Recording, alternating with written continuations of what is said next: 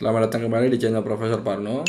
Di video kali ini gue bakal jelasin ke kalian bagaimana cara melakukan pencarian suatu file dan direktori sama seperti video sebelumnya.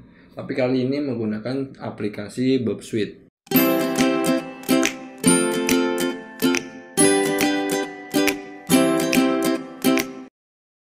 Oke, jadi sebelumnya gue bakal jelasin Burp Suite itu adalah sebuah tools yang digunakan untuk memanipulasi request yang dilakukan oleh suatu klien terhadap suatu server. Sebenarnya tools ini pernah gue buat video tutorialnya. Kalau kalian belum nonton, silahkan tonton video gue tentang Burp Suite. Jadi cara kerjanya si Burp Suite itu adalah dia tuh melakukan jadi request dari klien itu dia tahan dulu, dia oper dulu ke sebuah proxy server. Jadi si Burp Suite ini bertindak sebagai proxy. Nanti jadi semua request itu akan dialihkan dulu ke Burp Suite sebelum akhirnya nanti dilempar ke server. Jadi request klien itu tidak langsung ke server, melainkan ke Burp Suite dulu. Nanti si Burp Suite ini bisa memanipulasi, bisa kita lakukan apapun, nggak apapun sih, maksudnya banyak hal. Lalu dia itu bisa dikirim ke server sesuai dengan rule yang kita berikan kepada request itu. Nah, untuk kali ini gue bakal coba gunakan Burp Suite ini untuk melakukan scanning terhadap si suatu server. Jadi prinsipnya sama seperti video sebelumnya. Dia akan melakukan pencarian dengan cara melakukan percobaan terus-menerus terhadap suatu dictionary list yang ada. Jadi dia akan mencoba untuk melakukan banyak request terhadap file-file atau direktori-direktori yang terdapat di sebuah list yang kita miliki. Oke, jadi yang pertama yang harus lo lakukan adalah lo harus ubah dulu proxy-nya itu ke Burp Suite. Dalam hal ini gua menggunakan Foxy Proxy untuk mempermudah perubahan konfigurasi proxy gua di Firefox ini menggunakan Foxy Proxy. Jadi pas gua klik Burp Suite ini, dia otomatis proxy-nya belok ke si Burp Suite. Oke, setelah dibelokkan lo harus pastikan dulu Burp Suite lo nyala dan intercept-nya is on. Jadi lo ke tab proxy, intercept, dan intercept-nya is on. Setelah nyala, ketika lo akses DVWA ini, maksudnya dia langsung ke Burp Suite, request-nya ke Burp Suite dulu sebelum dia mengakses DVWA yang asli. Jadi di sini DVWA-nya masih di hold. Kita mau akses DVWA tapi browser masih hold karena request kalian itu ketahan di Burp Suite. Oke. Di Burp Suite ini kalian bisa lihat request yang kalian lakukan terhadap server tuh bentuknya seperti ini ya. Di sini ada cookie-nya, PHP Session ID. Terus di sini ada juga referrer-nya, user agennya. Jadi si klien itu menggunakan agen apa? Di sini Mozilla. Nah, di sini hostnya yang mau dituju apa. Dan ada ini directory yang mau kita akses. Karena directory yang mau kita akses itu servernya ada di directory DVWA. Maka kita mau mengakses /dvwa. Sorry kalau kurang besar, bisa digedein ya. Nggak bisa. Oke, sekarang requestnya udah ke intercept. Di saat request ini di intercept, ada beberapa opsi yang bisa kita lakukan. Yang pertama, kita forward aja langsung, atau kita mau hentikan requestnya, kita drop bisa. Tapi di sini juga ada beberapa opsi untuk kalian merubahnya. Misalnya kalian mau ubah parameternya, kalian tetap params ini, kalian bisa ubah di sini. Misalnya kalian mau ubah value dari parameter security jadi apa? Karena di DVWA itu ada kurang lebih ada 3 atau 4 ya. Kalau misalnya ada koreksi silakan komentar di kolom komen. Ada high, medium, low. Apa 3 apa 4 gitu. PHP Session ID-nya juga bisa kalian ganti ya. Oke. Di sini ubah parameter. Nah, di sini kalau kalian mau ubah header-nya juga bisa di sini. mostly hampir sama.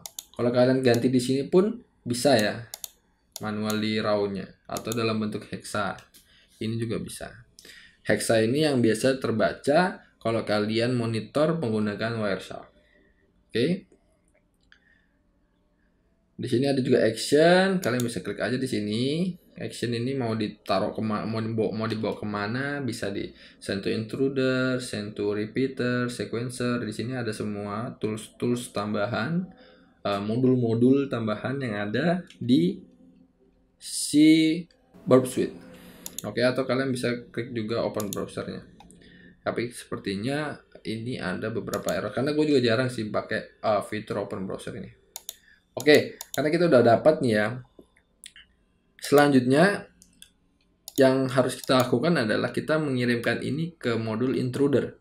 Kalian bisa klik action ini send to intruder atau pencet Ctrl plus I, ataupun kalian bisa klik kanan. Gue bisa klik kanan langsung send to intruder. Oke. Kita klik kanan dan send to intruder. Dimanapun caranya terserah kalian. Kalian masuk ke tab intruder. Di tab intruder ini kalian bakal ketemu namanya sub lagi, sub modul, sub tab. Ini tab ini target position payload option. Kalian bisa lakukan beberapa konfigurasi atau beberapa setting yang bisa kita gunakan untuk melakukan penyerangan terhadap targetnya. Yang pertama ini nggak usah diotak-atik karena ini udah given saat kita melakukan request, dia langsung baca requestnya itu sendiri, hostnya apa dan portnya apa. Cuma kalian bisa juga ganti di sini ada use HTTPS atau tidak. Kita berangkat ke tab selanjutnya ada position. Nah, jadi position ini itu dia gunanya untuk meletakkan value apa yang mau kalian ubah. Jadi parameter apa yang value-nya mau kalian ubah. Kalau di sini defaultnya yang diubah itu adalah security dan PHP session ID-nya seperti yang ada di proxy ini. Ini di sini yang bisa diubah dua ini. Di intruder juga dia memberikan opsi opsi dua ini ya yang bisa diubah. Kalian hilangin dulu aja ini, klik clear dolarnya, dolar atau apa itu. Terus kalian ubah apapun yang mau kalian konfigurasi. Kalian pilih nilai yang mau kalian ubah menggunakan dictionary list kalian. Karena kita mau mencoba mencari directory dan file sama seperti video sebelumnya. Maka dari itu yang mau kita ubah adalah slash-nya ini, get slash-nya ini. Jadi get slash-nya ini lu blok. Habis itu kalian add ini ya, add dolar apa ini. Jadi insert a new payload marker. Jadi payload markernya diubah ke sini. Setelah ini diganti, ini menandakan bahwa kita akan melakukan brute force terhadap nilai ini. Jadi nilai ini nanti akan berubah requestnya berkali-kali. Kita akan melakukan request dengan nilai slash ini yang akan berubah-ubah. Oke. Lagi ya gini kita blok. Habis itu kita add new payload, apa ini namanya, new payload marker. Nah, di sini ada attack type-nya. Jadi attack type ini ada 4. Sniper, battering ram, pitchfork, dan cluster bomb. Jadi untuk yang nggak akan kita gunakan adalah sniper. Jadi sniper ini single payload ya. Jadi single payload biasanya dia langsung menggunakan si sniper aja karena fokus terhadap satu value yang akan diubah. Nah, bagaimana yang lain? Kalau yang battering ram ini biasanya dia adalah 2 opsi, 2 value atau lebih, dan biasanya nilainya itu akan sama. Maksudnya gini, ketika kita pilih battering ram dan ada dua value yang mau kita ubah, itu nanti kita akan melakukan brute forcing terhadap request itu, kedua-duanya nilainya sama. Misalnya parameter height ini kalian brute force adalah 1 sampai 10. Nah, di PHP SSID ini PHP session ID ini juga 1 sampai 10. Jadi security dan PHP session ID ini nilainya akan sama di setiap percobaan requestnya. Nah, kalau yang Pitchfork ini biasanya digunakan nilainya nggak sama, tapi melainkan pasangannya pasangan username dan password ini sudah ketahuan. Oke, jadi misalnya nilai pertama di list ini sama dengan dictionary list yang kedua, tapi dictionary listnya itu berbeda. Kalau battering ram itu dictionary listnya sama, satu aja, dictionary listnya itu satu dan dipakai untuk 2 value.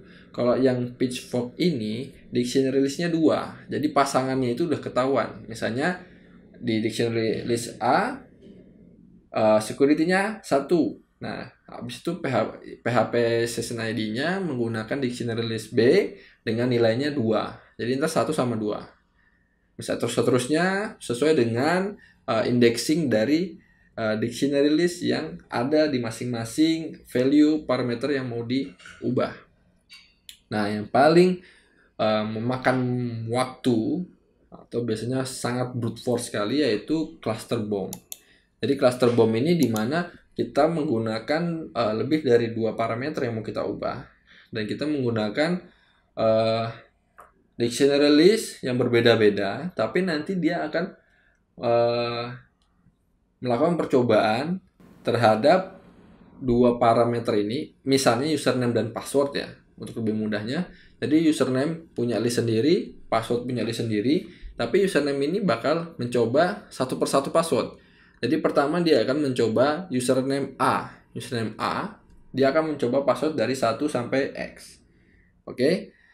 Nanti dia baru ketika username A ini sudah sampai X, sampai ke N passwordnya, dia akan baru berubah ke username yang selanjutnya, username B, dan dia akan mencoba lagi password dari 1 sampai dengan N.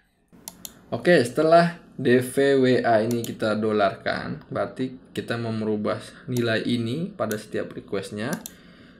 Kalian bisa berpindah ke tab payload.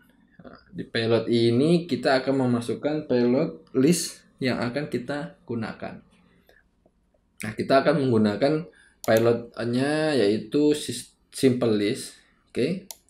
Mostly yang dipakai adalah simple list karena list biasanya list yang ada itu biasanya cuma list daftar file atau directory, nama file atau directory yang sebenarnya cuman nama yang diurutkan dan dipisahkan menggunakan enter. Kita load aja di sini dan kita akan menggunakan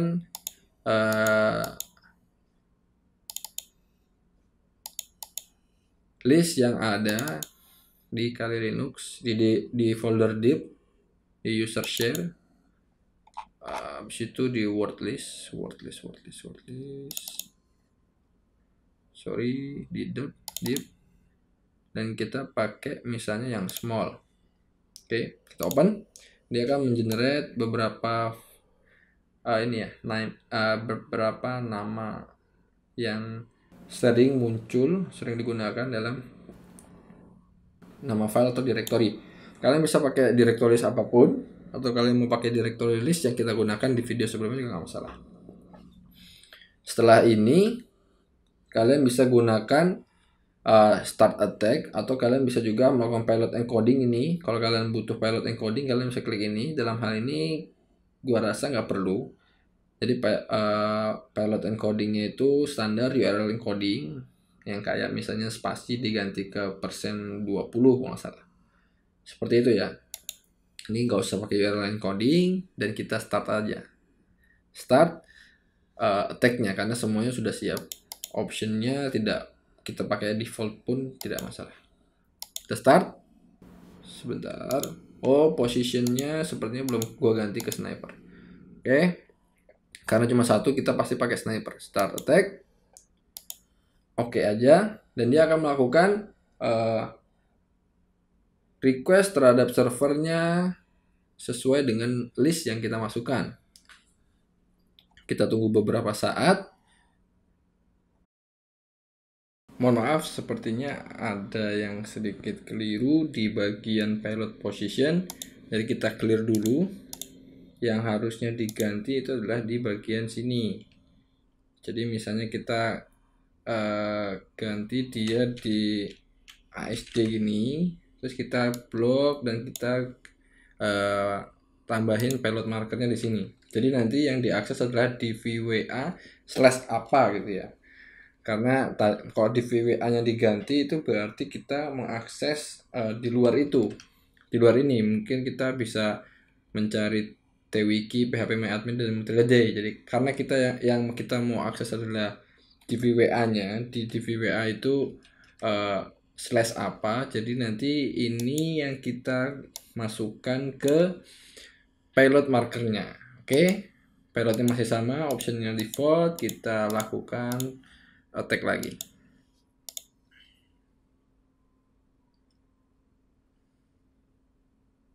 Nanti di sini yang perlu kita amati adalah statusnya yang bukan 404. Oke. Jadi seperti video sebelumnya, kita akan melihat status yang diberikan terhadap request yang kita berikan ke server. Bisa 200 oke atau 300 redirect. Kita tunggu dulu beberapa saat sampai keluar halaman yang menyatakan bahwa file atau directory tersebut eksis. Seperti itu.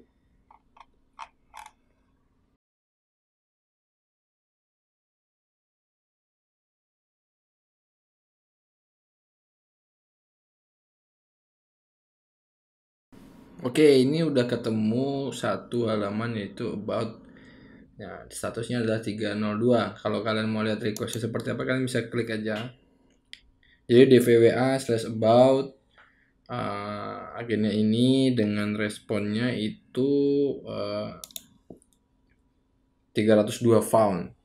Oke, jadi halaman yang /about ini ada ya di dvwa. Content locationnya di about.php.